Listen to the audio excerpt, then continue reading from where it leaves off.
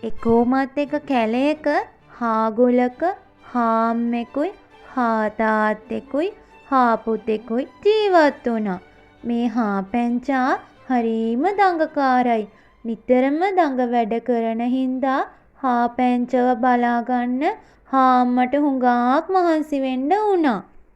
අනේ පැටියෝ ඇයි මේ තරම් දඟ වැඩ කරන්නේ? අම්මා කියන දේ අහලා හොඳ දරුවෙක් වගේ ඉන්නකෝ කියලා හාම්මා කිව්වා. මම දඟ නෑ අම්මේ. මම අම්මගේ හොඳ පුතානේ කියලා හාපැංචා කිව්වා. එහෙමනම් එළියට යන්නේ නැතිව ගෙට වෙලා ඉන්න කියා හාම්මා කිව්වා. ඒත් හාම්මා අහක බලන අතරෙදී හාපැංච හාගොලෙන් එළියට ආවා.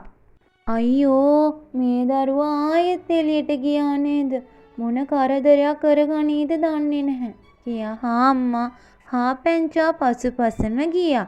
හාපැංචාත් අම්මා එනවද කියා පසුපස බලමින් ඉදිරියට දුවගෙන ගියා. හාපැංචා ඉදිරියට දිව්වට දිව්වේ පසුපස බලාගෙනයි.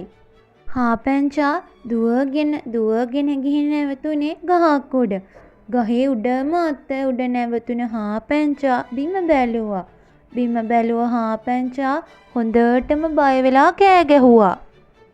හාම්මා ගස යට සිට හාපැංචාට බිමට බහින්න කියලා කෑ ගැහුවා. ඒත් හාපැංචාට බිමට බහින්න බයයි. ඒ අසල සිටි වලස් මාමා මේ සිදුවීම දැක්කා.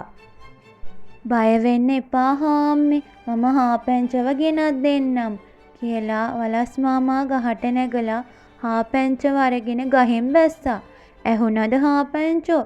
ඊට පස්සේ අම්මාගෙන දෙහලා දඟ නොකර ඉන්න ඕනේ. හොඳද කියා වලස් මාමා කිව්වා. හොඳයි වලස් මාමේ. එහෙම කියලා දඟකාර හාපැංච අම්මා ළඟට ගියා.